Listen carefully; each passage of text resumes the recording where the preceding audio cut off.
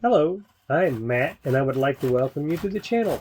If this is your first visit to our channel, please like, subscribe, and click the notification bell so you will know when we upload a new video. In today's video, I'm going to show you how I make my whole wheat homemade bread that I've used in my Deciding for Life system that has helped me lose 70 pounds without working out and while still eating the foods that I love. This recipe is my adaptation of a YouTube video from John Kirkwood of his whole wheat, no knead, homemade bread. I am going to use a stand mixer to mix my bread. If you don't have a stand mixer or want to see good technique for making bread, I would recommend the John Kirkwood YouTube video that I have linked in the description below.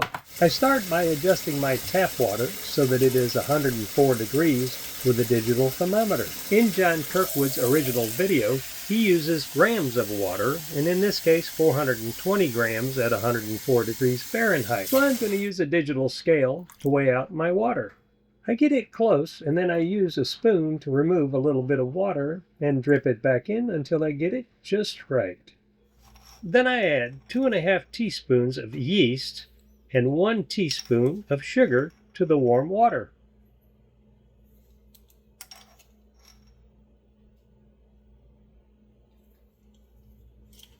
And then I mix it up with a spatula. And I will let this set and bloom while I mix all of the dry ingredients together. Then I measure out 600 grams of whole wheat flour. Please excuse the bad camera angle.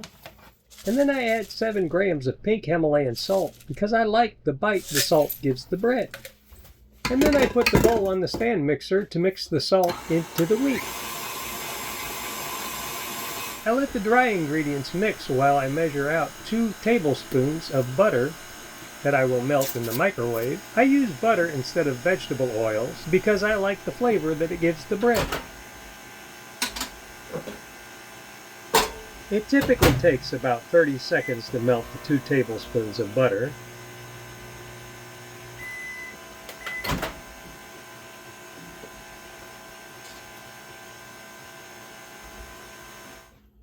Before I mix in the yeast and water mixture, I make sure that it is properly bloomed.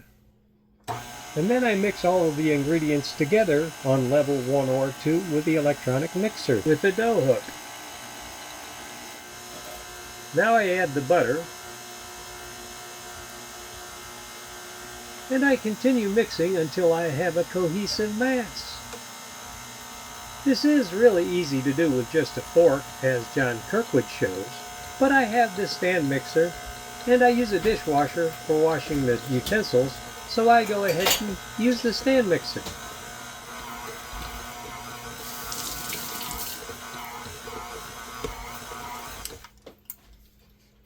Time to scrape the bowl down and make sure everything gets incorporated.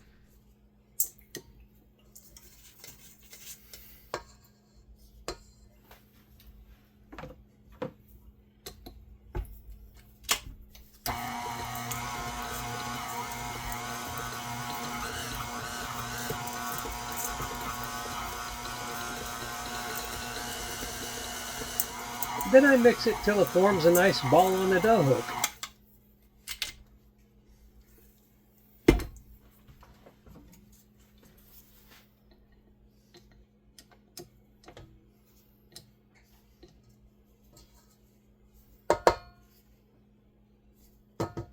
I put water on my hands to make sure that the dough doesn't stick to my hands.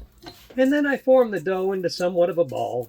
I'm not quite as picky as a lot of people you see on YouTube when it comes to making a dough ball. Then it's time to cover it up with a towel and let it rise for 45 minutes. Normally I do this in my warmed up oven, and John Kirkwood uses a proofing box. But not everybody has a proofing box, and everybody's oven's a little different, so I decided to do it on the counter today. Then I put it back on the stand mixer and mix it into a nice little ball again.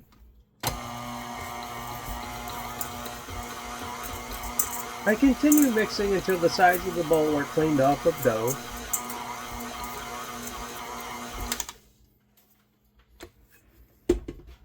I know, this is a poor camera angle. I'm still working on it.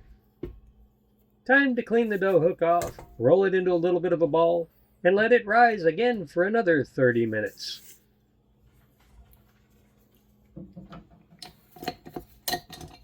Oops, I forgot to roll it back into a ball, but it doesn't really seem to matter in the end. Time to form it into a log.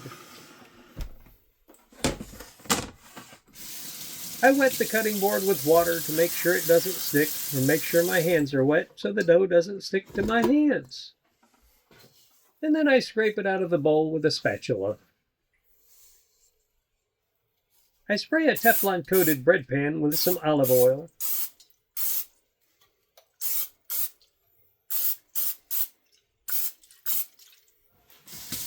I wet my hands again and roll it into a log. I make sure I pinch the seam together really tightly because if I don't, I end up with like a crease all along the bottom of the roll. When I pinch it together like this, you barely see a seam after it cooks. I should have evened the roll up a little bit because it does cook and come out a little bit lopsided. But you know what? It still tastes great. Time for it to proof for another 30 minutes, or in this case about 40 because the kitchen was a little bit cooler than usual, and normally I proof it in the oven. Into the preheated 375 degree Fahrenheit oven for 15 minutes, and then I turn it around and cook it for another 15 minutes so it cooks evenly.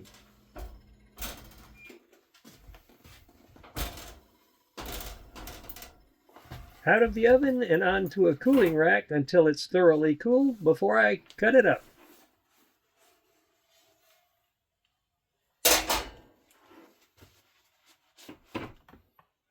I sliced the bread up with this bread slicer that I got off of Amazon. I made about 1/4 of an inch wooden spacer because I like my bread to come out a little bit thinner. You may be wondering why a guy would go through all of this trouble to make a little bit of bread.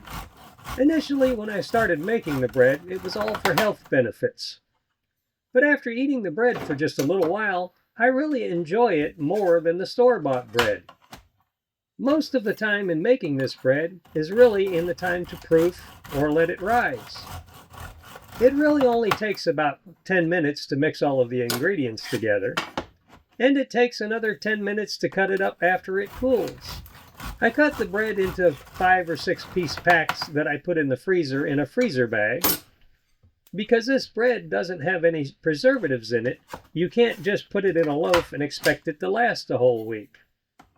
But when I put it in 5 or 6 piece packets and put it in the freezer, it lasts fine for those few days that it takes me to eat that packet. If you have enjoyed the content, please like, subscribe, and click the notification bell so you will know when we upload a new video. If you think this video could be helpful to a friend or family member, please share. If you have a question or comment, please leave it in the comment section, as I do reply to all of my comments. This video is really to show how easy it is to make bread. If you want to see a true professional make the bread, please visit John Kirkwood's YouTube channel. Thanks for watching, and may you have an awesome and lighter day.